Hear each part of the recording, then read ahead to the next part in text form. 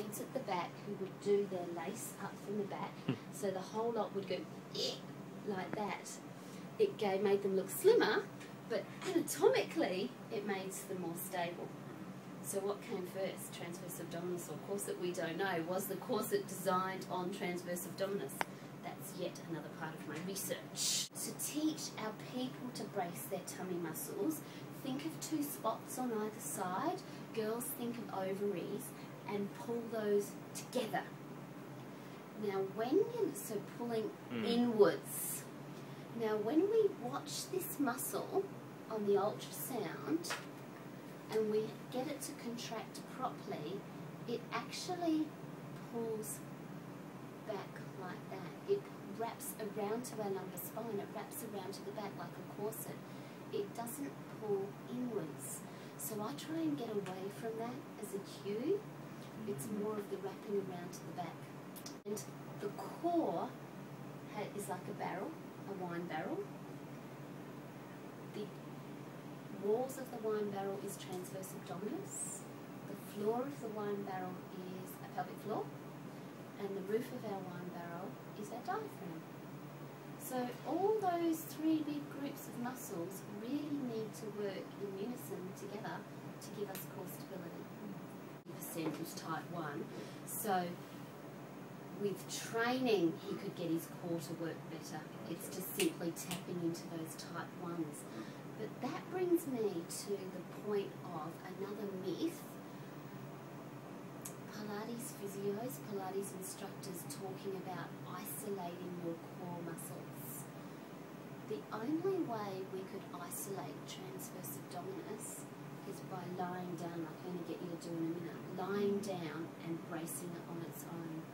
As soon as we lift a foot, lift an arm, lift a head, and then we're going to come out to the side. So what we're doing is we're going to come onto the centre one, then we're going to move out to your hips to the side, so we're looking more specifically at these 3. And that was again transverse abdominis, internal oblique, external oblique. And what we want to look at today is with those 3, can they move independently of one another? Are they stuck together? Or no matter how much your brain thinks about contracting or isolating TA, nothing happens. Or if you're a sports person, when I say brace your tummy, I get this and that. No in between and no sequencing. Okay? So we're going to get a beautiful picture that looks like this. We're going to get a cross section. So if I've got the ultrasound out here looking at those 3 muscles, it's actually going to present on that screen like this. So I'll put the ultrasound on your skin and it's going to shine through to your intestines. So we'll find out what you had for breakfast this morning. I'll line it up as our landmark of your belly button. That will be the easiest to find. We'll have a look at your 2 six-pack tummy muscles. Then we'll continue to bring the ultrasound out towards your right hip where we'll see these 3, and this is where we want to see that sequencing happening out at the side there. Okay.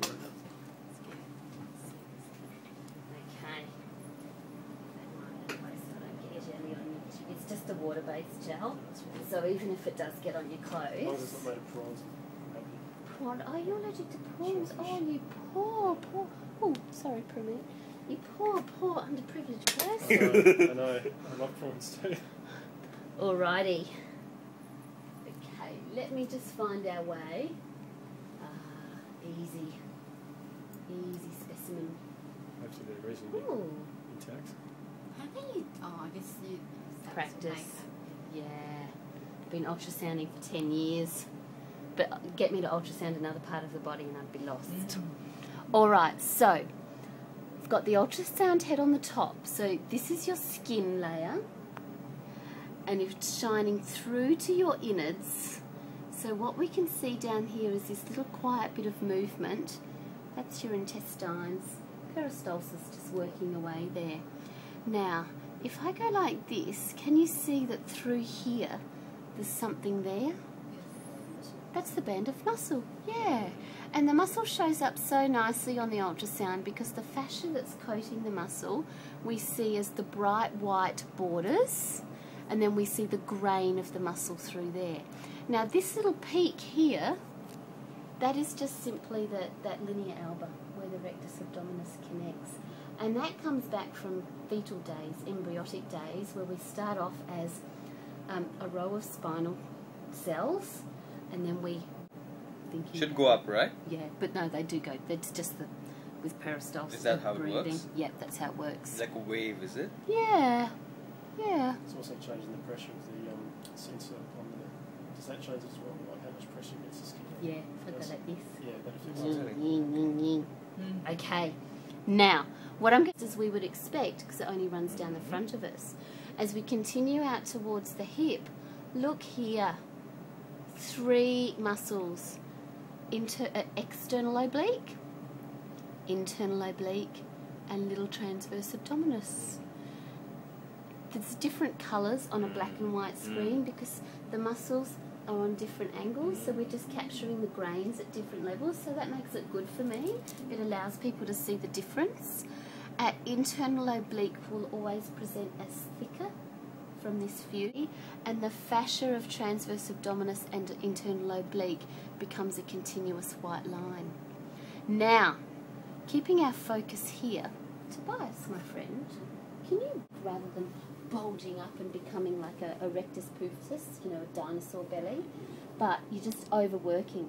So we're going to do the same thing, but about 10% of your effort. Relax completely for me. It's still got a little contraction in it. That's it. Okay, 10%. Aha, and relax it. Okay, and again.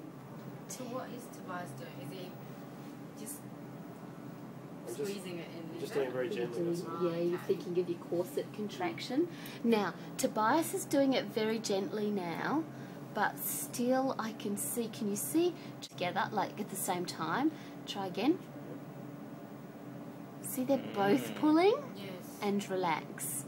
Now, just from experience, guys, because it's changing your motor patterning, you're not getting the slide of muscles one on the other, and in this case, it's limiting your stability. So the internal oblique is kind of pulling the transverse along with it. Right? Yes. Muscles. Oh, look at that! That is just precious.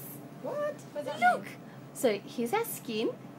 There's our little layer of muscle, and there's our intestines.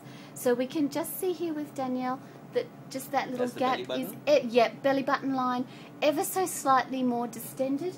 But you've had a child, so that is completely normal for someone postnatal. Okay, now I'm going to, yeah. When you go back to that, what's that little? Right. Oh, and of course, like with you, Tobias, I'd do the left and the I right couldn't see with it anyone. so it's And look at this. So we can see 1, 2, 3 little muscles. Okay. Now, can we see that this picture is just slight? The white line is slightly more fuzzy than Tobias's. That's just simply because bracing your corset, or do your tummy brace for me. Lovely, and relax. Good. Try that about, let's do about 40% of the effort you just did. So what we can actually see with Daniela and relax is globally the abdominals don't brace as strongly as Tobias, but your transverse abdominis can isolate itself from internal oblique better. See that little move and relax. Wow. And again, just a little one, little move and relax. Not even that big, smaller than that, half of that. So what we've got here, this is nice, we've got a TA that is isolating nicely, but you lack the conscious control over the glide. Okay. And so we would